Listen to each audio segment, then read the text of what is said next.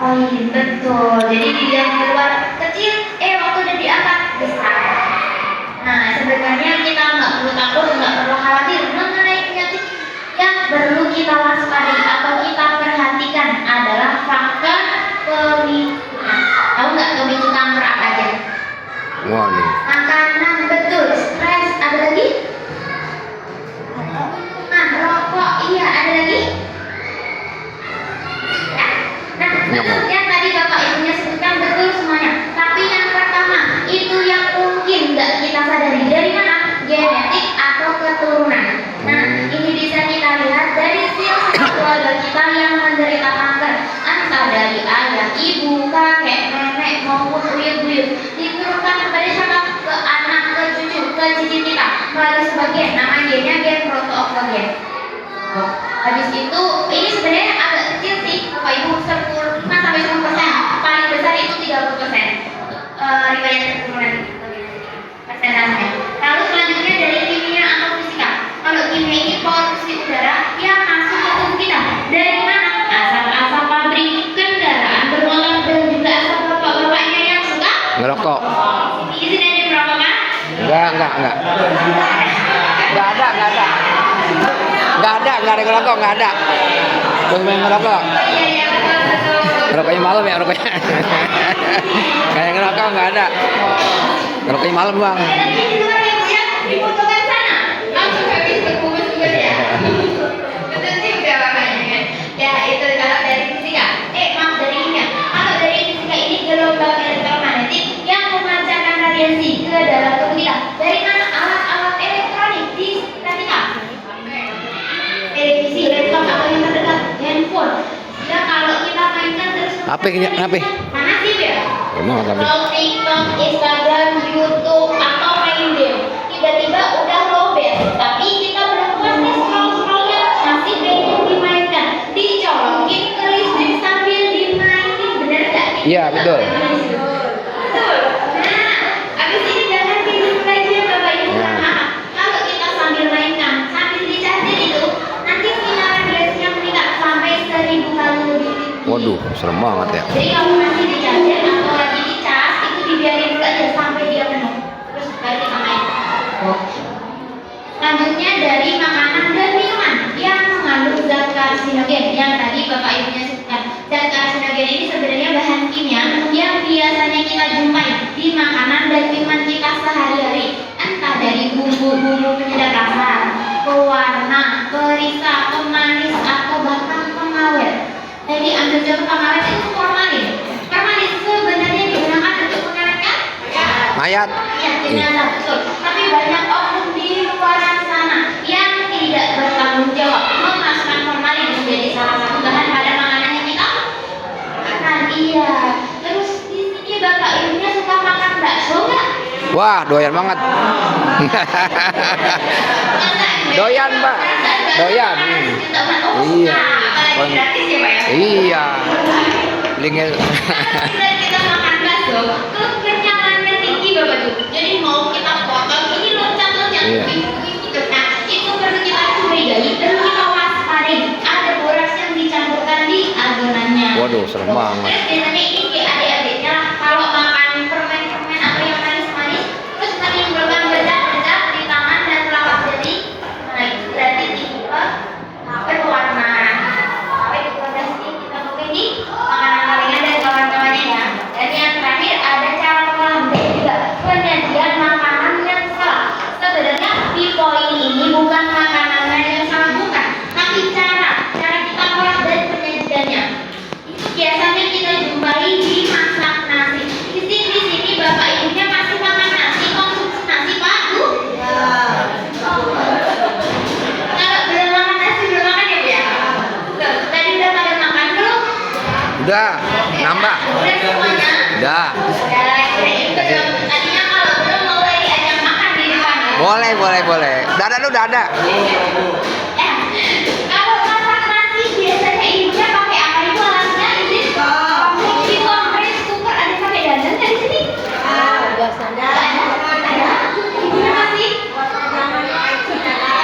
Pakai rice cooker. Masih ada nih dari ibunya masih. Masih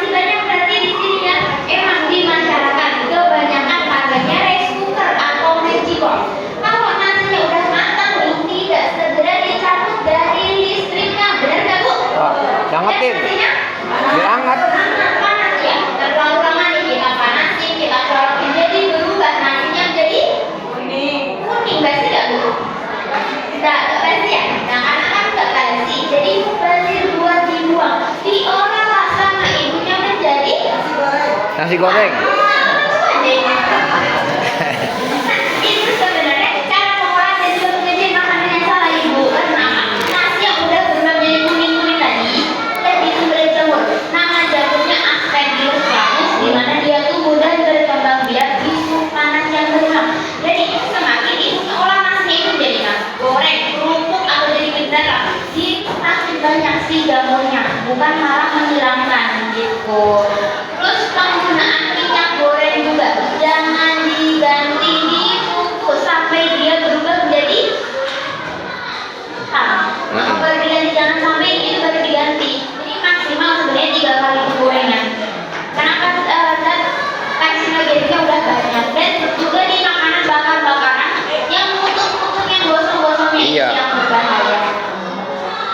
Ini contoh di numbuhnya kanker di dalam perut bisa terjadi di mana serem saja banget. pada siapa saja bahkan kepada anak kecil ataupun balita. Jadi gak pandang-pandang jenis kelamin ya. Kita naik saja masuk materi yang pertama. Ada kanker prostat. Nah, ini. Untuk bapak-bapaknya. Bapak nih. Karena yang memiliki prostat hanya bapak-bapaknya. Jadi kalau di sini ibu-ibunya ngaku punya kanker prostat, oh nggak mungkin bu. Ya. Nah, Lain. kanker prostat ini letaknya ada di dalam. Jadi ada di bawah kantong kuning di sebelah sini. Ini kalau masuk stadium awal, jadi ada satu sel di tengahnya. Ini kalau masuk stadium 2, ini lebih. Jadi ini yang tadi stadium 4. Udah menyebar kemana-mana. Dan biasanya harus dipotong. Nah kita karena di dalam ini, jadi itu sangat sulit untuk kita kenali. Tapi penderitanya itu merasakan ciri-ciri. Ciri-cirinya apa? Jadi yang pertama ada susah saat buang air kecil atau saat buang air kecil merasa tidak tuntas atau menetes-netes. Ini biasanya orang sini nyebutnya anyang-anyangan pak. Angai-angai. Anyang-anyangan. Nah, terus sering sakit juga perut atau turun perut, sakit pinggang dan sakit di pangkal paha dan yang terakhir adanya darah yang bercampur dengan air serem banget. hematuria. Nah, yang sering sekali disepelekan sama bapak-bapak ini tadi pak, anyang-anyangan tadi. Iya. Kalau misal anyang-anyangan ini berlangsung 2 hari, 3 hari itu masih normal-normal aja pak, itu nggak apa-apa. Tapi kalau keterusan 5 hari, seminggu, 2 minggu, dibiarin aja tiba-tiba sakit perut, tiba-tiba pas pipis udah ada darahnya. Nah itu jangan sampai kayak gitu, baru diperiksakan. Jadi kalau dirasa anyang-anyangnya keterusan, segera diperiksakan aja. Karena kalau udah kayak gini biasanya udah menginjak stadium lebih lanjut gitu. Nah pemeriksaannya atau deteksinya bisa kita lakukan dengan 3 cara. Ada prostat spesifik antigen, ada biopsi dan juga colok dubur. Ketiganya harus dilakukan oleh tenaga kesehatan. Jangan dilakukan mandiri ya pak ya. Apalagi poin ketiga ini minta bantuan temannya ini. Jangan sampai. Istri dong, istrinya. Istrinya ya. Kanker prostat ini menyerang pria-pria seperti apa sih? Nah. Ada pria yang berkulit hitam. Wah. Yang Serem banget nih. Ada nggak sih? Nggak ada bu, nggak ada, nggak ada, nggak ada, nggak ada, nggak ada. ibu-ibunya yang rame ini ingat suaminya di rumah kan kan? Ya. Semuanya putih bu. Nah ini di sini aman-aman aja kok kak. Karena apa? Maksud hitam atau gelap di sini itu yang beras negroid atau yang ada di Afrika, bukan di Indonesia. Iya, lain. Ini nggak ada. Ini nggak ada di sini. Kalau di Indonesia ini khasnya sawo matang. Kak. Iya. Iya, hitam pun hitam manis ya. Iya. Kembali bu. Lalu ada pria yang sering bergonta-ganti pasangan. Nah ini bahaya. Aman ya, alhamdulillah aman. Lalu Aman, Bu, ada aman. yang suka minum beralkohol, kalau lagi ini aman sih ya, aman ya. Dan ini mungkin dari ibu-ibunya, faktor dari ibu-ibunya. Apa itu? Hubungan suami istri yang jarang bu. Seringin. Atau suami Seringin. sering. Ya tuh harus sering dak. Dak harus sering. Jadi nggak lauk suami nggak sakit. Iya, benar. Sampai 3 kali dalam seminggu. Tuh. sehari 3 kali bukannya bukan seminggu. Sehari 3 kali. Sehari 3 kali. Bukan seminggu 3 kali, sehari 3 kali. Sama nih antara bapak dengan istrinya atau ibu dengan suaminya. Tuh kasih. Sianan, prostat sianan kan, prostat. Ya Bu, benar Bu. Iya, kasih dah. Biar sehat. Yang berprofesi sebagai petani, supir, orang yang mengangkat beban berat dan juga orang kantoran yang terlalu Kasih dah. atau lebih Dah. dari tujuh Tiap malam jam. kasih, tiap malam. Kasih, tiap malam sianan. Jangan duduk terus. Jadi sehat, jadi kan jadi sehat.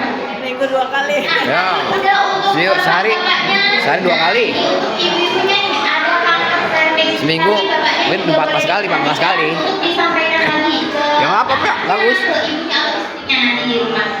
Jadi kanker cervix ini menjadi pembunuh pertama bagi seorang wanita di seluruh dunia. Tapi saat ini udah mulai disalib sama angka. Sering itu dah, seringin dah. Langit pagi seringin, biar ke prostat. Seringin nggak apa?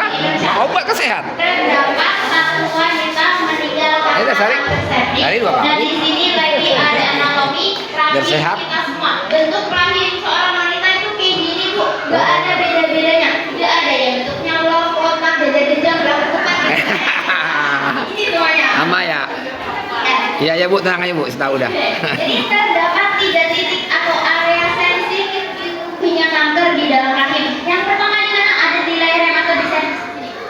Lalu yang kedua ada di badan rahim atau di endometrium di tengah-tengah Oh, sini. serem Lalu banget. yang ketiga ada di endometrium atau maaf ovarium atau di indung telur. Bisa di kanan ataupun di kiri atau bahkan keduanya juga bisa.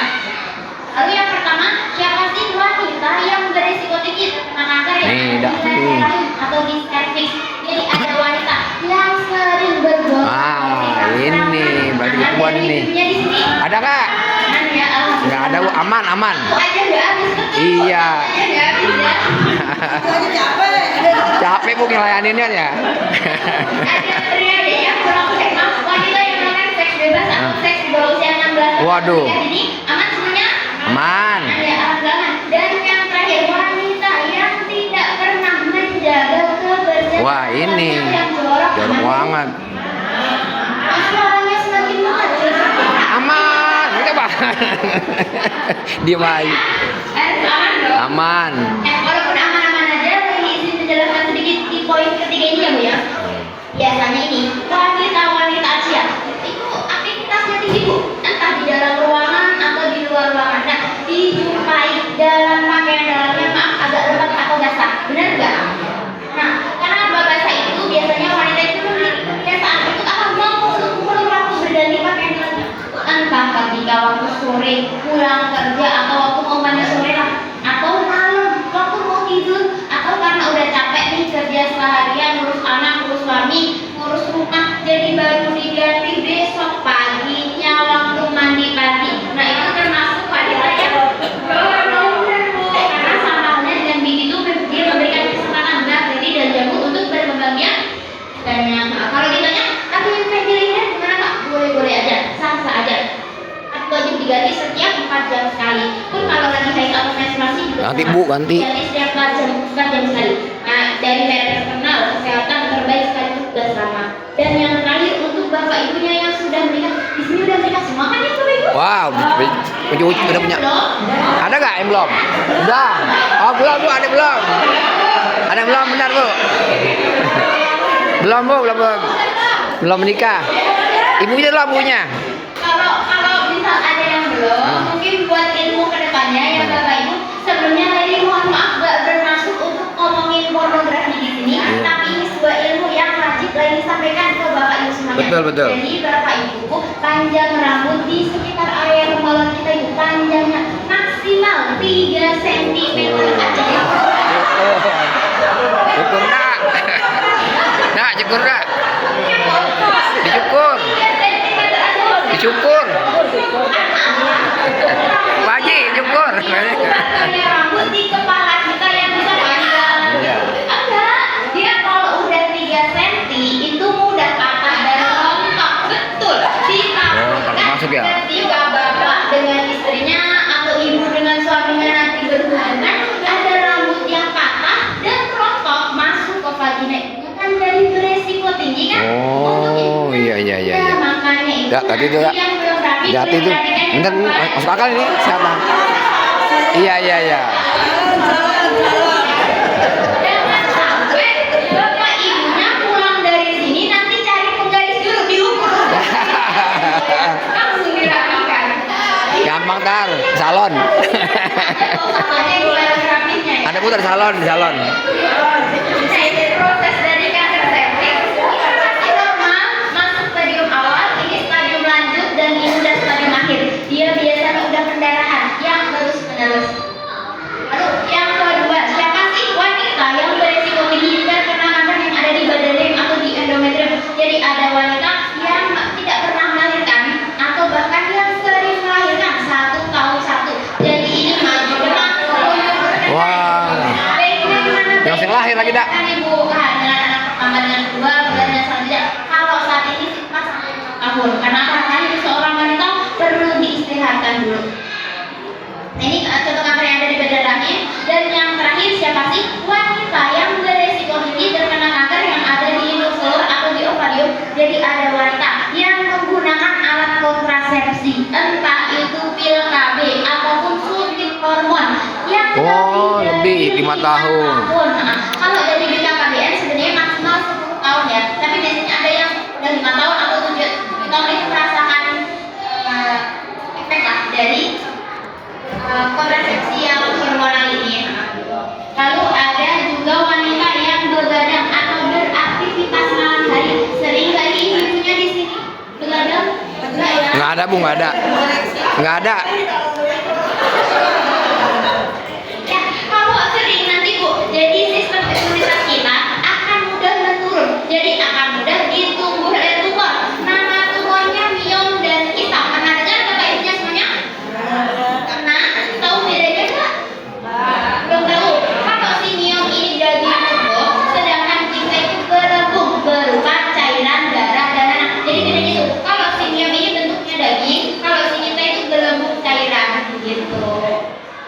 Contoh kanker yang ada di kita next saja ini juga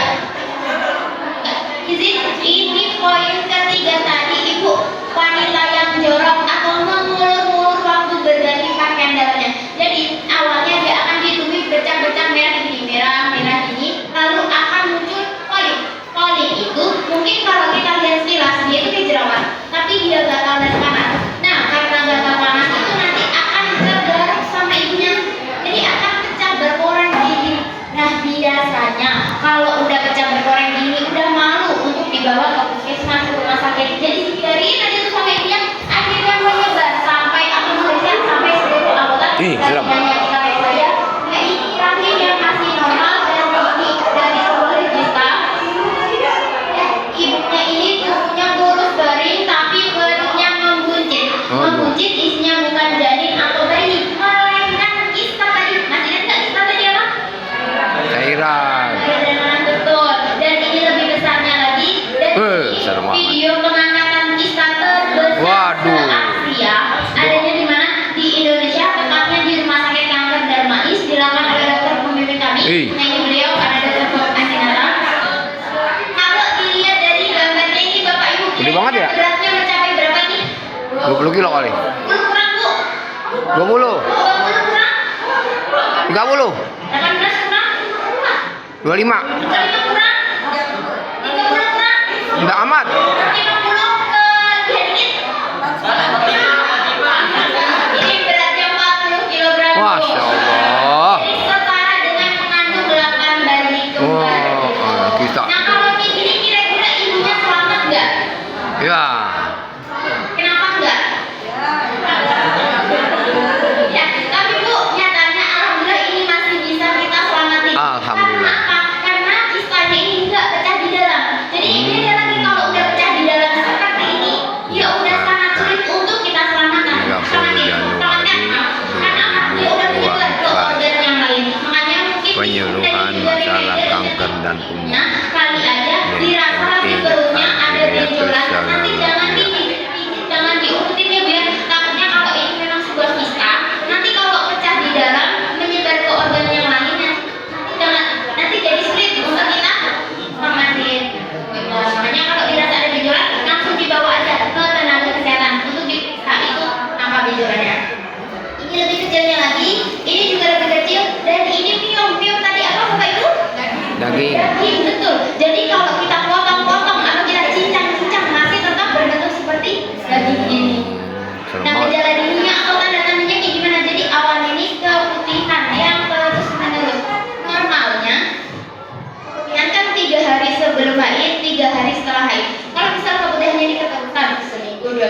gitu atau udah nyampe haid lagi terus kemudian lagi.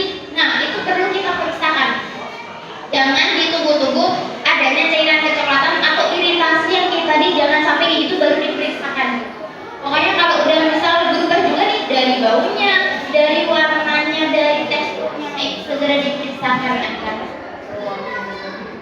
Ini deteksinya bisa dilakukan dengan dua cara, ada pap smear dan juga infrates. Udah pernah coba ibu-ibunya semuanya? Asmir baru asmir. Iya, oke. Yang lainnya? Belum. Kenapa? Belum. Ibu takut? Takut periksa. Takut dan malu. Ya, sebenarnya ini wajib kita lakukan ya. Dia sebagai bentuk rasa cinta kita terhadap diri kita gitu. Kalau misal ibunya takut dan malu untuk cara pap smear atau infrates ini, sebenarnya ada teknik terbaru Bu, namanya HPV-DNA. Dia bisa pakai sampel urin. Jadi kita pipis aja kayak biasanya gitu. Tapi karena teknik terbaru, jadi biasanya belum ada yang gratis, gitu dan masih berbayar gitu. Dan mungkin belum tersebar di seluruh pasien terdekat. Apa Ibu? Nah ini kalau pap smear tadi, jadi nanti ini yang mungkin Periksa tuh ya? karena dimasukin kayak moncong bebek itu bawa ke lab. Kalau sampelnya normal hasilnya kan seperti ini, kalau nggak normal seperti ini. Nah ini ada materi yang lain, ada kanker payudara. Ini untuk bapak ibunya nih, jadi bukan hanya ibu ada yang bisa menderita kanker payudara, tapi bapak-bapak atau pria juga bisa terkena kanker payudara. Nah saat ini bahkan angka kanker payudara itu sedang meningkat tingkatnya. Mulai menyalip angka kanker. Nah, siapa sih wanita yang beresiko tinggi terkena kanker yang di payudara? Jadi ada wanita yang setelah melahirkan tidak mau menyusui anaknya. Biasanya ini wanita-wanita muda yang takut payudaranya. Sing-sing-sing-sing-sing-sing. Betul. Yang Masih? yang menyusui hanya dengan seberapa Enggak, payudaranya masih apa? dan juga yang obesitas Ada. atau kegemukan. Mungkin ini biasanya ini juga di wanita-wanita yang karir Bu, yang bekerja gitu. Tapi kan saat ini adalah pumping ya. Entah itu elektrik Alat. manual, betul. Kalau misal alat pumpingnya ini nggak bisa kita dapatkan, bisa kok nanti dibantu oleh suaminya, dibantu oleh bapaknya. Boleh-boleh aja, sah-sah aja. Yang nggak boleh itu dibantu oleh suami. Orang.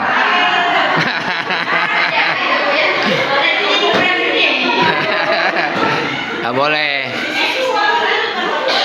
Maunya orang. Pada intinya sebenarnya Bapak Ibu, air asi itu harus dikeluarkan karena kalau nggak dikeluarkan dia akan membentuk suatu pump atau gumpalan yang lama-kelamaan bisa memicu terjadinya kanker payudara. Nah ini contoh payudara yang sudah keras dan juga bengkak yang air asinya nggak dikeluarkan. Kita naik saja, ini tangan sangat pecah. Ih, serem banget. Berbolong, kelihatan tulang rusuknya, tulang giganya, dan ini contoh penderita kanker payudara pada laki-laki. Lah, Betul Bu. ada. Laki-laki.